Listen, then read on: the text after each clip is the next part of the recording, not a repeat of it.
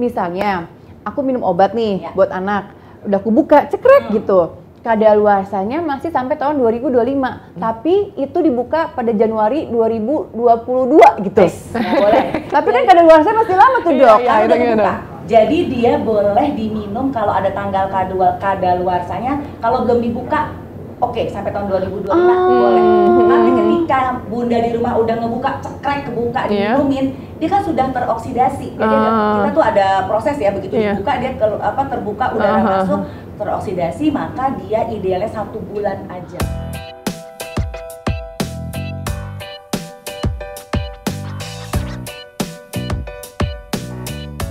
Halo semua viewers dan subscribers Halo Dokter, selamat datang di Halo Talks, sebuah podcast dari Halo Dokter yang akan membahas seputar informasi kesehatan langsung bersama para ahlinya, yang pastinya berguna banget nih buat kamu dan semua yang menyaksikan Halo Talks. Saya Febriski Yahya yang akan memandu jalannya perbincangan kita pada kesempatan kali ini. Buat para Halo viewers yang udah punya anak, khususnya para bunda-bunda nih, saya mau nanya deh, biasanya kalau si kecil lagi harus minum obat ya karena flu dan batuk gitu, bunda lebih pilih mana nih untuk ngasih obat dalam bentuk apa biasanya? Feeling saya kayaknya nih obat sirup. Nah, bener nggak? Soalnya kan selain gampang ditelan dan dikonsumsi, biasanya obat sirup juga punya rasa yang manis gitu ya, yang pastinya disukai si kecil. Jadi lebih gampang juga nih untuk dikasih ke si kecil, ya kan? Tapi kita coba throwback sekilas ya Bun, terkait berita dari Kemenkes yang sempat melarang penggunaan obat sirup pada anak karena maraknya kasus gagal ginjal akut akibat penggunaan beberapa kandungan dalam obat yang dilarang. Mungkin beberapa bunda-bunda masih khawatir gitu ya tentang keamanan obat sirup ini. Padahal kini obat sirup tuh udah aman loh Bun digunakan untuk anak-anak dengan memperhatikan kandungan pada komposisi di dalam obat tersebut dan juga aturan pakainya. Makanya kayaknya kita tetap harus mendengar pendapat dari ahli ya pastinya ya untuk menentukan apakah obat sirup ini udah aman belum ya untuk dikonsumsi pada anak, serta biar kita tahu juga nih ya kelebihan-kelebihan obat sirup dibandingkan sama obat tablet. Nah, untuk menjawab pertanyaan itu di Halo Talks kali ini yang bertajuk Anak Minum Obat Tanpa Drama Lagi, sudah hadir bersama saya Dr. Atila Dewanti, spesialis anak konsultan. Halo Dr. Atila, apa kabar? Hai Feb, alhamdulillah baik. Lagi sibuk apa nih dok? Ya gitu deh, selalu di rumah sakit ya, karena lagi banyak yang sakit, banyak yang batuk, banyak yang DB. Iya. Gitu. Oke bener nih, kayak anakku juga lagi DB gitu kan. Semua kita kayak lagi pada sakit gitu di sekitar kita ya. Iya, makasih dok. Udah naik kan trombositnya? Udah, alhamdulillah. Nah dok, dulu waktu lagi musim sakit juga kan sempat ada kasus gagal ginjal akut yang merebak gitu dok ya. Sempat ketemu orang tua nggak sih yang bingung nih mau ngasih obat apa nih? Padahal kan obat andalan orang tua kan ya obat sirup ya dok ya. Bingung gitu, sempet nggak ketemu orang kayak gitu? Banyak banget, apalagi pas lagi tinggi-tingginya angka anak nggak pipis. Jadi semua pada bilang, dok kan aku nggak pipis. Ini kena ginjal nggak? Kena ginjal nggak? Karena memang sirup tuh udah paling enak buat si kecil. Iya, tapi benar. kan gara-gara waktu itu bikin ginjal bermasalah, mereka khawatir, takut. Oh gitu ya dok. Oke, nanti kita akan bahas lebih lanjut ya dok yang nanti ya mendalam lagi. Tapi selain dokter Atila, saat ini kita juga udah kedatangan bintang tamu loh. Siapa yang nggak kenal sama bintang tamu satu ini? Beliau adalah seorang supermodel ya yang sempat jadi host di salah satu acara musik yang terkenal banget deh di Indonesia. Terus ya yang bikin aku tuh amazed banget sama beliau ini ya. Walaupun masih aktif tampil di TV, tapi beliau juga nggak lupa untuk selalu meluangkan waktu dan juga menjaga kesehatan buah hati tercinta.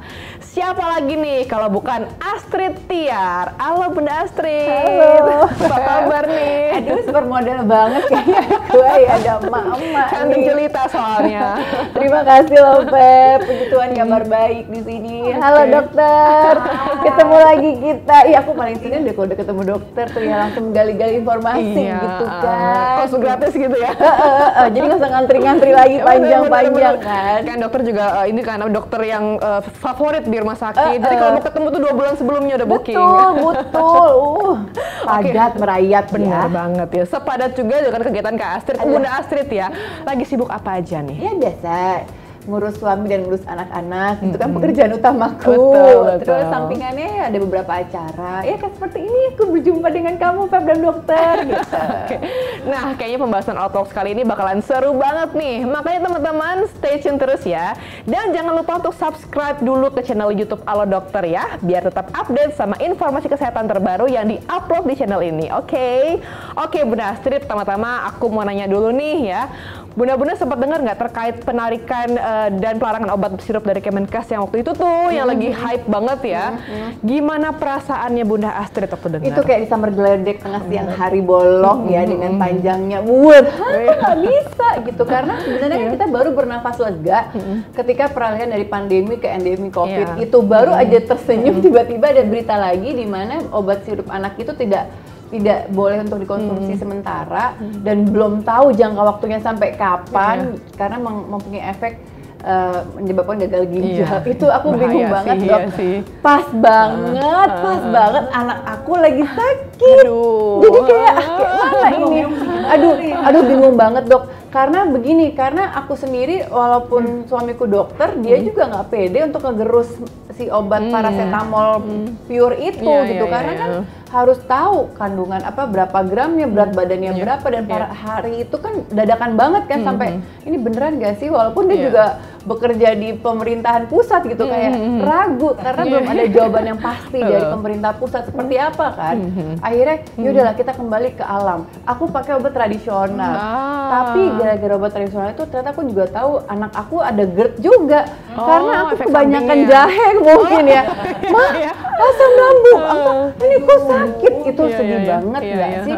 Karena bayangkan dok, itu benar-benar nightmare banget. Aku malam-malam itu udah pakai air, anduk banyak banget, di kompres kan dia menurunkan panas, sedangkan kita nggak boleh pakai si obat. Jadi aku mau balik ke zaman dulu mamaku itu kan ya, udah aku pakai kompres sana sini, anduk dia mesti di nggak pakein baju, ya kan. Terus udah gitu aku coba pakai gula merah dicampur jahe, dicampur bawang. Semua aku cobain, pakai minyak kelapa, dikasih bawang merah, kayak agak dikerok, udah semuanya tuh sampai kapan ini enggak turun, tapi kan drama itu 24 jam, kebayang nggak kepala kita kayak apa rungsinya kan?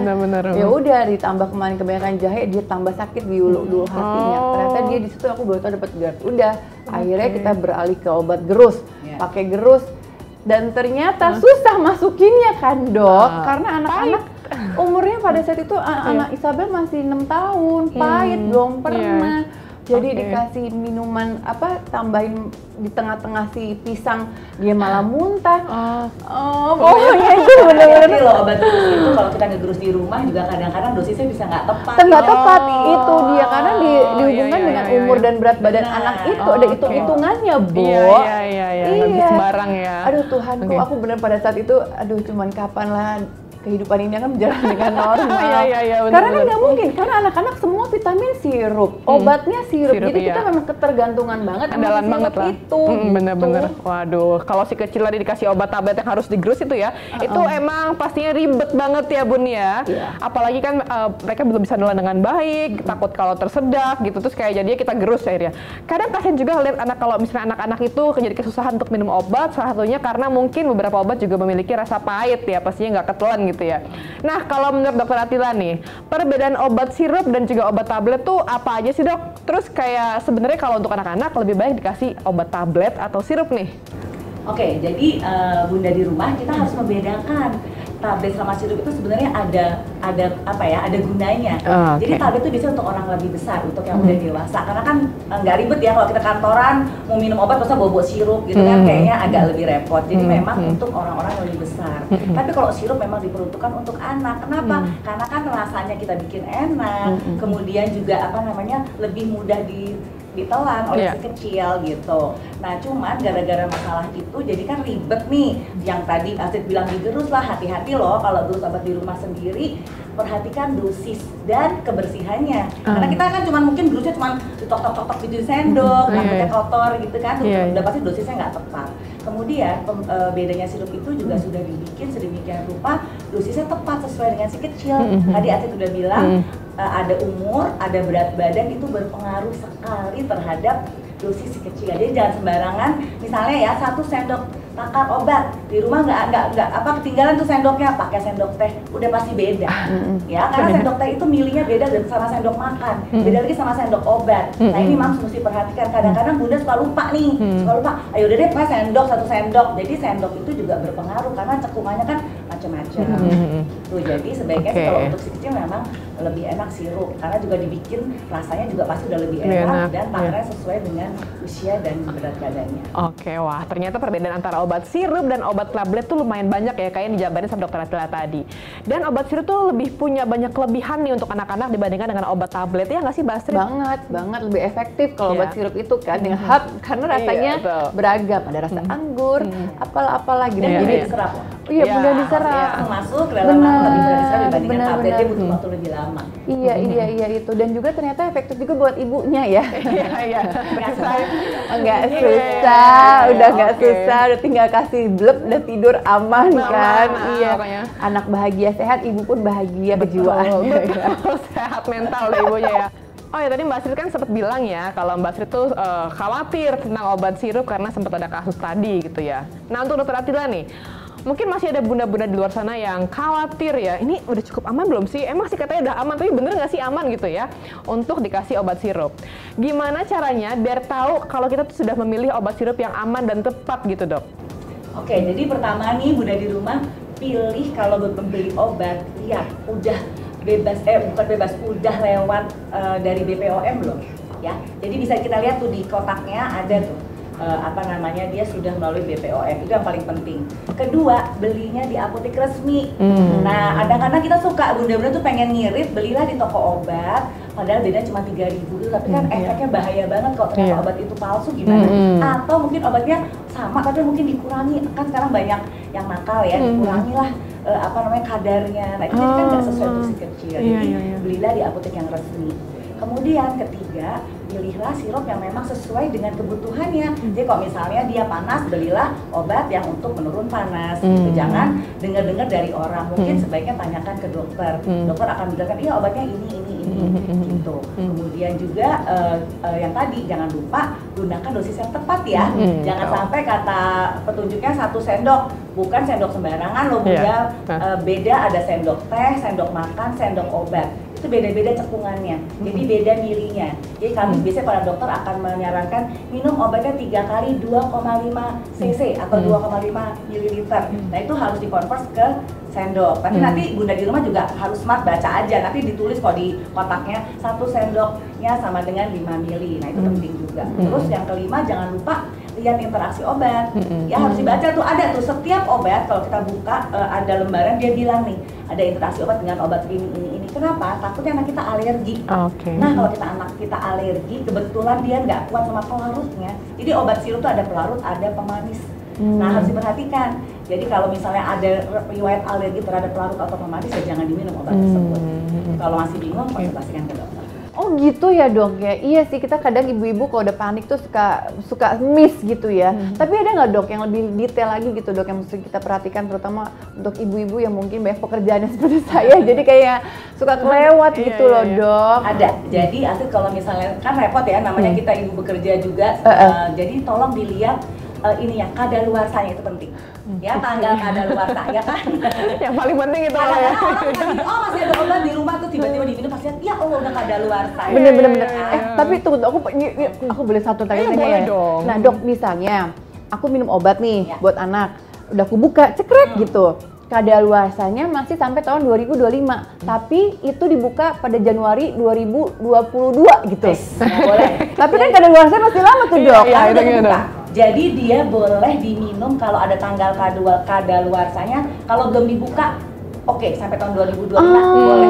Tapi ketika bunda di rumah udah ngebuka, cekrek kebuka, diminumin, dia kan sudah teroksidasi. Jadi kita tuh ada proses ya, begitu dibuka dia terbuka udara masuk, teroksidasi, maka dia idealnya 1 bulan aja. 1 bulan bukan 3 bulan dok? Ya boleh sih, tapi biasanya saya lebih aman 1 bulan. Karena ibu-ibu tuh gitu kalau udah dikasih 3 bulan nanti masih 4 bulan boleh ya.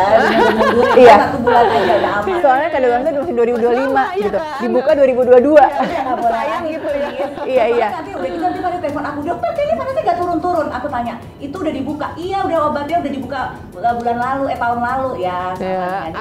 Iya, benar kan. Untung aku nanya. Tanggal kadaluarsa itu penting banget diperhatikan dan nggak lewat. Benar. Aduh. Jadi sebulan setelah dibuka doang dok. Apa kalau kita taruh di kulkas 3 bulan gitu dok, lebih lama? Ya lebih aman di kulkas. Tapi sebetulnya gini, kalau udah dibuka tulis bukanya kapan. Oh itu yang kita lakuin itu ya. spidol tanggal sekian. Jadi kan kita nggak ngira-ngira, kita namanya ibu-ibu mah Benar, lagi benar. sibuk kerja, kayaknya baru buka deh, padahal Iya, pas iya. lagi ya Allah, Iya, tiga bulan. benar-benar. Oh, Iya benar-benar itu iya, benar iya. banget. Iya aku setuju. Berarti abis dibuka, anaknya udah sembuh, masih sisa banyak kan mubazir kalau dibuang. Disimpan boleh. Tapi ditulis tanggalnya terakhir Iya. di pemakaian tanggal berapa gitu ya. Masih I bisa disimpan. see. Jadi Jadi langsung kok dibuang juga sih, tapi masih bisa disimpan, cuman hati-hati, nggak boleh kelamaan juga. Iya, Kalau iya, dia iya. bilang tahun 2023 dibuka, 2025. Nah itu kayaknya yang dilakuin sama benar-benar di rumah ya. Jadi selain expired date-nya, ditulis kapan bukanya ya boxnya. Karena kita nggak melakukan hal itu kan Mbak Astrid ya. enggak loh, enggak sempet kadang ya. Ini aku Bener-bener baru udah tahu, panik. bener ada panik. Sebenarnya itu untuk ngingetin kita aja sih, nggak Iya, ada iya. aturan harus, tapi kan namanya kita Iya. suka lupa kan. Iya, Paling bener-bener. ingat-ingat, kayak waktu itu kapan ya, yang pentingnya tulis. Oh, Bener-bener. Oke, Oke. benar. Wah, kalau gitu sih berarti obat sirup udah aman ya dok ya untuk membantu anak-anak untuk mengurangi keluhan. Nah, soalnya anakku tuh lebih gampang kalau dikasih obat sirup pastinya. Kalau obat tablet tuh begitu masuk dikit udah langsung dimuntahin karena pahit banget ya dok ya, nggak banyak drama dan nggak nangis. Apalagi obat sirup minumnya lebih gampang dan disukai anak-anak karena rasanya. Ya nggak sih Mbak Astrid? Bener banget, karena ya itu tadi anak-anak kalau misalnya apalagi usianya masih kayak anak aku masih kecil, masih picky banget kan, karena mereka kalau udah ngelihat rumah sakit takutnya disuntik, Iya. kalau udah sakit takutnya obatnya nggak enak gitu dok. Tapi kalau udah sekarang udah aman, udah kembali lagi kan ke basic gitu, back to basic. Alhamdulillah. Tapi yang penting beli juga di apotek resmi ya. Itu dia, Iya. itu Tapi dia. setelah diteliti itu sebenarnya obat-obat itu tuh ternyata tidak melalui BPOM, Aduh. obat-obat yang menyebabkan gagal ginjal itu. Kemudian juga mungkin ibu-ibu tuh juga belinya di tempat-tempat bukan apotek Warung resmi, gitu di mungkin ya. Di warung, Benar. benar. Jadi kita kan nggak tahu bagaimana penyimpanan di warung, Iya, iya, udah iya. ada los atau belum gitu. Kena matahari apa enggak gitu ya. Wah syukur deh ya, aku jadi tenang nih kalau dokter langsung yang bilang kalau obat sirup tuh udah aman untuk dikonsumsi. Kalau andalan aku sih ya, kalau si kecil lagi batuk dan flu, selalu aku kasih obat sirup dari Hufagrip ini. Apalagi ya, aku tuh juga udah kenal lama banget sama produk ini. Waktu itu aku juga pernah diundang langsung ke pabriknya. Nah, hal-hal yang bikin aku amazed banget tuh ternyata proses produksi di sana ya. Pabriknya tuh bersih banget ya, bersih banget. Proses produksi juga modern dan juga pastinya higienis.